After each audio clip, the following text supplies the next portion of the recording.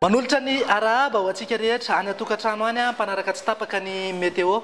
Raha ny fivoaran'ilay rivo-doza AVA dia nivoaka ny ranomasina tamin'ny 7 alina teo tao amin'ny distrikany Mananjary izy. Izany hoe any amin'ny 530 kilometatra atsinanany Mananjary no nisy azy tamin'ny 7 alina teo. Izany hoe efa ny an-dranomasina moa zany mikisaka atsimo atsinanana izy amin'ny hafianganam-pandeha 420 kilometatra isan'ora.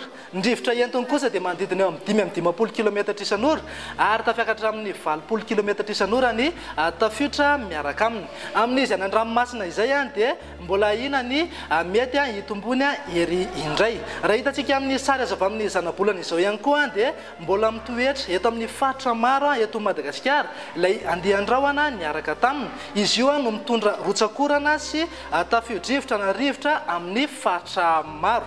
Vokatra izany rehetra zany ary dia mbola mitoetra hatrany ny filazana izay navoaka ny METEO Madagascar ary averiko eto indray.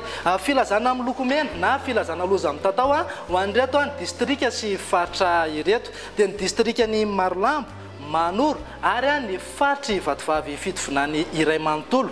Filazana miloko mavo na filazana loza manambana kosa ho an'ny distrikany Fandrina, Ambositra, Manandrina, Ambohimaso, Isandra, Vohibato, Lalangina, Fianaratsoa Renivohitra, Ambalavao, ny faritra atsimo atsinanana, Ivohibe ary Iakora.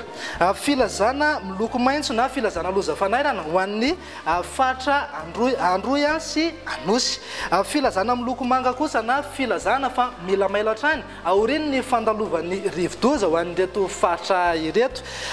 Distrikany Antala, Mandritsara, Andilamena, Amparafaravolo, Ambatondrazaka, Tsaratanàna, Anjozorobe, Analanjorofo, Toamasina voalohany sy faharoa, Brikaville, Vatomandry, Antanamboamanapotsy, Moramanga, Anosy-be Anala, Manjakandrina, Antananarivo Avaradrano, Antananarivo Atsimon-drano, Antananarivo Renivohitra, Ambodratrimo, Andramasina, Arivomamo, Ambatolampy, Antanfotsy ary Antsirabe voalohany sy faharoa.